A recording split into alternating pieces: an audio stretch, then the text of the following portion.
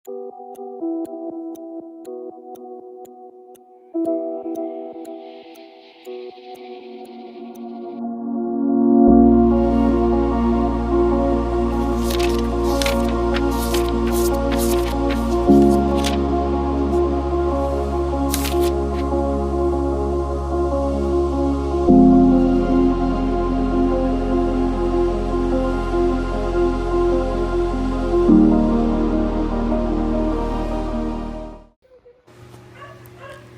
mundong pinag-aarian ng takot, kahirapan at kawalang hustisya, may isang kabataang nangarap makalaya sa pait ng kanyang nakaraan.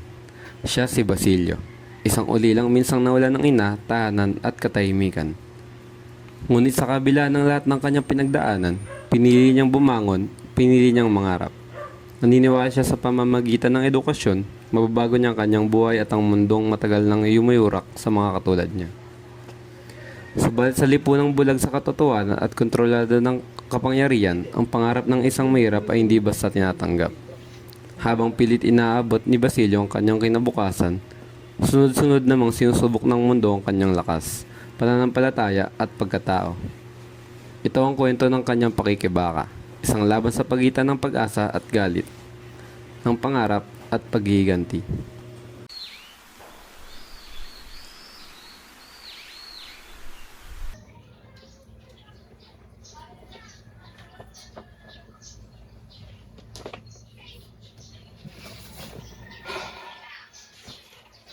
Aalala ko pa ang lahat ng sakit na pinagdaanan ko. Ang pagkawala ng aking ina. Ang paghihirap. Hindi masayang lahat ng yun. Pasok. Oh, Julie.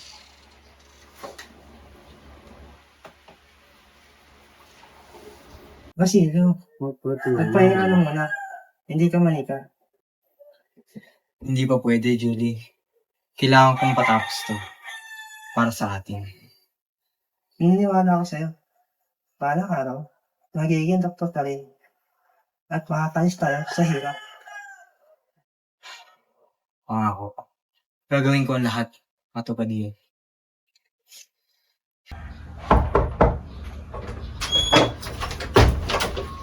Ikaw ba si Basilio? Oh, pero bakit kayo nandito? Ano sadya nyo? Inaaresto ka namin. Kasabwat ka sa mga rebelde. Hindi! Wala siya kasalanan. Inosente siya. Bitawan niyo ako! Wala akong kasalanan! Inosente siya. Bitawan niyo ako!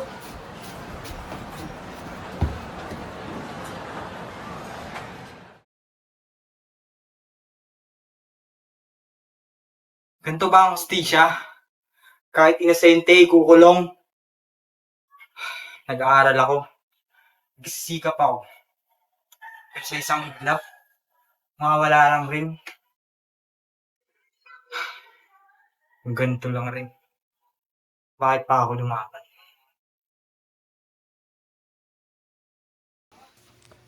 Sa mga salitang binitawan ni Basilio, ramdam ang unti-unting pagguho ng kanyang mundo. Ang dating punong-puno ng pangarap na binata ay unti-unting nilaman ng sakit at galit. Sa bawat pagkawala ng kanyang tinanggap, may bahagi ng kanyang pagkatao na tuloy ang nabasag. Hanggang ang natira na lamang ay isang pusong sugatan. Pilit hinahanap kung saan pa siya hugot ng lakas para mabuhay. Oh, may yan para sa'yo. Kanito?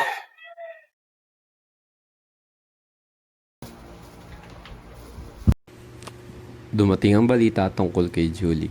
Tahimik, mabigat ang hangin na tila humihigop ng bawat pag-asa.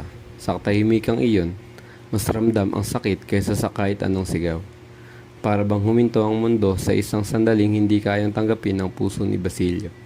Isang balitang hindi lang nagdala ng lungkot, kundi tuloy ang bumagsak sa kanya ang bigat ng lahat ng kanyang pinagdaanan. Hindi. Hindi pwede to.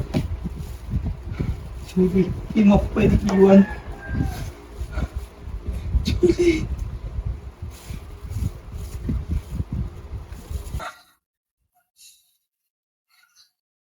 Ginawa na nila lahat sa akin. Pamilya ko. kinabukasan ko. Pati siya. Hanggang kailan ako magtitiis? Sa lipunang bulag sa katotohanan, ang pangarap ay madaling yurakan at ang inosente ay nagiging biktima. Sa mundong pinag-aarian ng kapangyarihan at kasakiman, ang may hirap ay walang boses at ang hustisya ay para lamang sa mga makapangyarihan. Habang ang iba ay malayang mamumuhay, may mga taong kailangang magdusa para lang mabuhay at mangarap. At tulad ng marami, si Basilio ay isa lamang kabataang pilit malaban sa sistemang matagal nang kumikitil sa pag-asa ng kanyang bayan. Ngayon, naiintindihan mo na ba?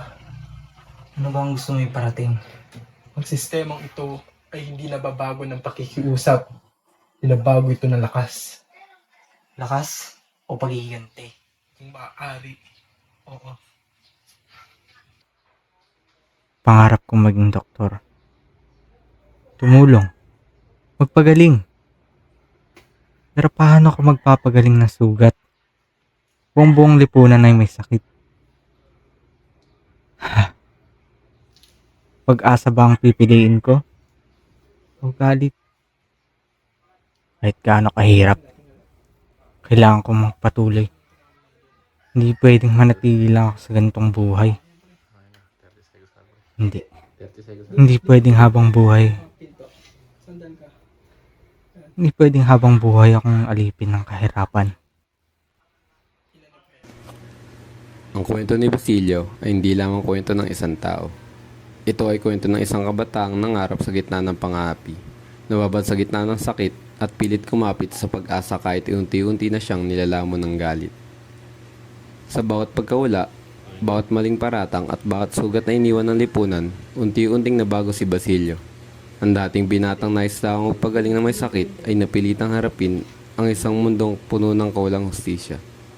At hanggang sa uli, nanatili ang tanong, paano manatiling mabuti ang isang tao sa mundong paulit-ulit siyang sinisira?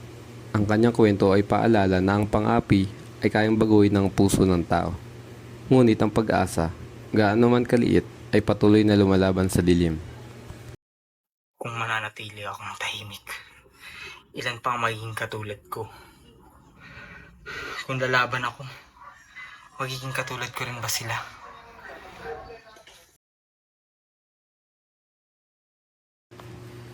Si Basilio ang pangunahing tauhan ng kwento. Isang matalinong estudyante na nangarap maging doktor upang makaalis sa kahirapan at makatulong sa iba. Sa buong kwento, siya ang simbolo ng kabataang Pilipino na puno ng pangarap, ngunit tinaharap ang matinding kahirapan, pang-aapi at kawalang hustisya. Unti-unti siyang binabago ng mga trahedya sa kanyang buhay, mula sa pag-asa tungo sa galit at pagkalito. Si Simon ang isang misteryong mayaman na nag-uudyok ng pag-imagsik laban sa pamahalaan. Siya ang kumakatawan sa galit, pag-iiganti at revolusyon. Sa kwento, siya ang nagtulak kay Basilio na mag-isip kung dapat bang manatili sa pag-asa o sumama sa maras ng pagbabago ng lipunan.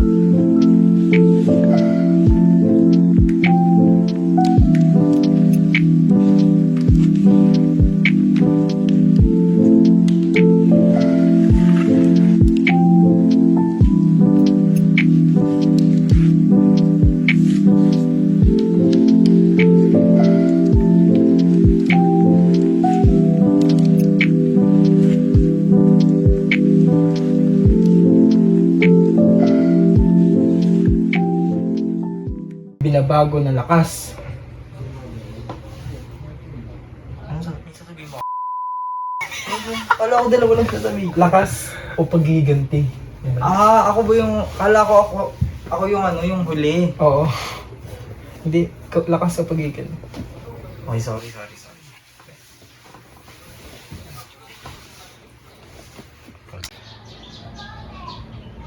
Pwede na ba yan? Iwan niyo ko, wala akong kasalanan. Ginasal ko siya. Itiwan niyo ako. Magiging katulad ko rin ba sila?